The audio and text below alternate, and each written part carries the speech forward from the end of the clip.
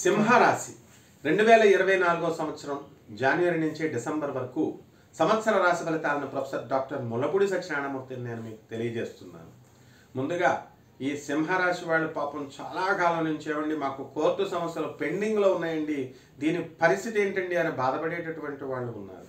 మరి చాలామంది డాక్టర్లకి బిల్డింగ్లను లీజులకి ఇచ్చి ఆ లీజుల్లో మరి కంటిన్యూ చేయకుండా ఓనర్లు మేము బిల్డింగ్ కట్టేశామండి, అయినప్పటికీ కూడా ఓనర్లు మా పైన కేసు పెట్టారండి, మేము కూడా కోర్టులో కంటెస్ట్ చేస్తున్నాము అనేటటువంటి వాళ్ళందరికీ కూడా ఈ సంవత్సరము చక్కటి రిలీఫ్ మీకు రాబోతోంది.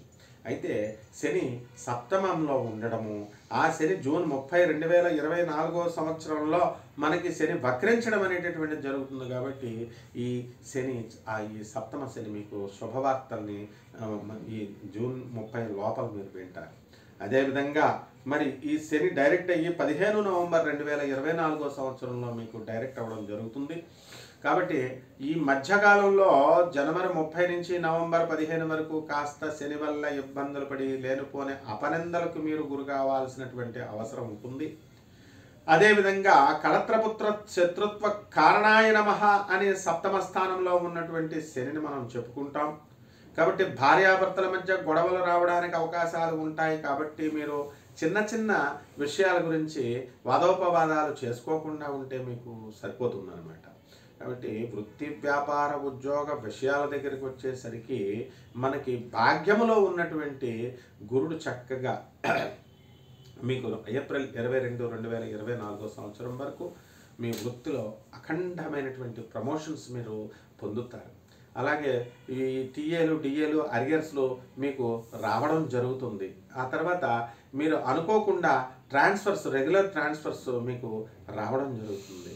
చాలా సంతోషిస్తారు మీరు. ఈ విధంగా మీకు చక్కగా ఈ యొక్క లాభములో రాజ్యస్థితిగతుడైనటువంటి గురుడు ఎప్పటి నుంచి మనకి ఏప్రిల్ 22, 2024 సంవత్సరంలో రాజ్యంలోకి వస్తాడు.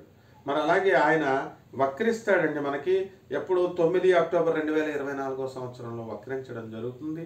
కాబట్టి ఉద్యోగాలు చేసేటటువంటి వాళ్ళు మరి మీరు కొంత 9 అక్టోబర్ తర్వాత కొంత ప్రభను కోల్పోవడానికి అవకాశాలు ఉంటాయి, ప్రభావాన్ని కోల్పోవడానికి అవకాశాలు ఉంటాయి. మీరు చేసినటువంటి వర్క్, కలెక్టివ్ వర్క్, టీం వర్క్లో మీకు అంతగా పేరు రాకుండా ఇతరులకి పేరు రావడానికి అవకాశాలు ఉంటాయి. అయినప్పటికీ కూడా మీరు బాధపడాల్సినటువంటి అవసరం లేదు. వర్క్ అంటే టీం వర్క్గా ఎప్పుడూ చేసుకోవాలి. అయితే అష్టమంలో ఉన్నటువంటి రాహు అనేకమైనటువంటి టెన్షన్స్ని మీకు తీసుకొస్తాడు.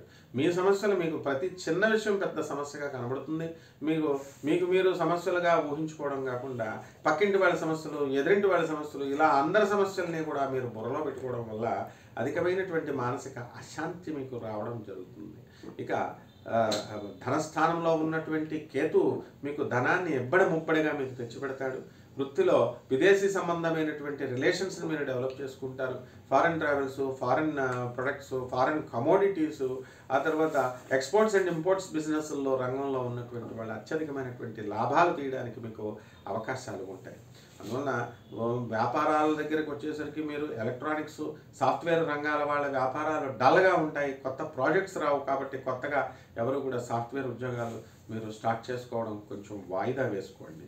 ఇక సప్తమ శని, మరి ఈ యొక్క శని కూడా మనకి స్వక్షేత్రంలో ఉన్నప్పటికీ కూడా ఇనుము సంబంధించినటువంటి వ్యాపారాలు, foundries, machinery, mechanic shops and ఇలాంటి ఐరన్ ఈజ్ ఇన్వాల్వ్డ్ ఉన్నటువంటి వ్యాపారాలు ఏవైతే ఉన్నాయో అటువంటివన్నింటిని కూడా మీరు పోస్ట్పోన్ చేసుకోవాల్సినటువంటి అవసరం మీకు ఉంది. And educational institutions and hospitals బ్రహ్మాండమైనటువంటి లాభాలను మీకు తీసుకురావడానికి అవకాశాలు ఉంటాయి. ఎవరైతే హాస్పిటల్లో మరి ఒక హాస్పిటల్ ఉన్నటువంటి వాళ్ళు 2 హాస్పిటల్లో కట్టడానికి అవకాశాలు ఉంటాయి. వివాహాలు కానటువంటి వాళ్ళంతా కూడా మరి శుక్రుడు మనకి 31, 2024 సంవత్సరంలో మనకి మీనరాశి ప్రవేశం చేసిన తర్వాత వివాహాలు కానటువంటి వాళ్ళందరికీ కూడా వివాహాలు అవుతాయి. మరి సంతానం లేనటువంటి వాళ్ళకందరికీ కూడా సంతానం కలుగుతుంది. స్త్రీలందరికీ కూడా చాలా మనశ్శాంతి అనేటటువంటిది కలుగుతుంది.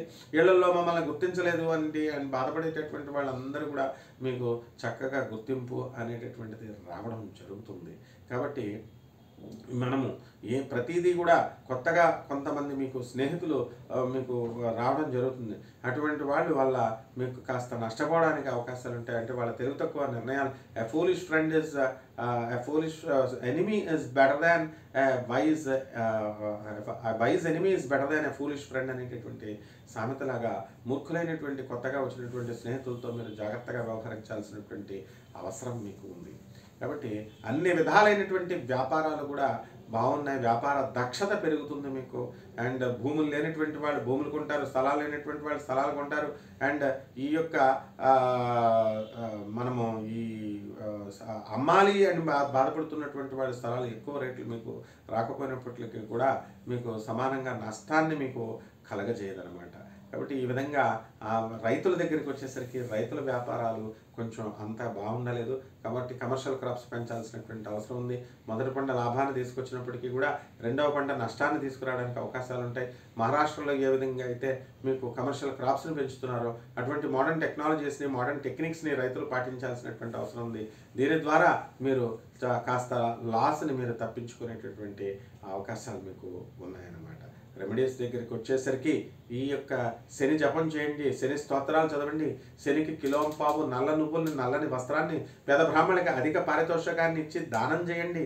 అదేవిధంగా రాహు స్తోత్రాలు చదవండి. రాహుకి కిలోంపావు మినువుల్ని, ఆవుపేడ రంగు ఉన్నటువంటి వస్త్రాల్ని పేద బ్రాహ్మణికి దానం చేసి శనివారం నాడు మీరు చేసుకోవాలి. అదేవిధంగా నల్ల నువ్వుల నూనెతో మీరు శనీశ్వరుడికి అభిషేకం చేసుకోవాలా.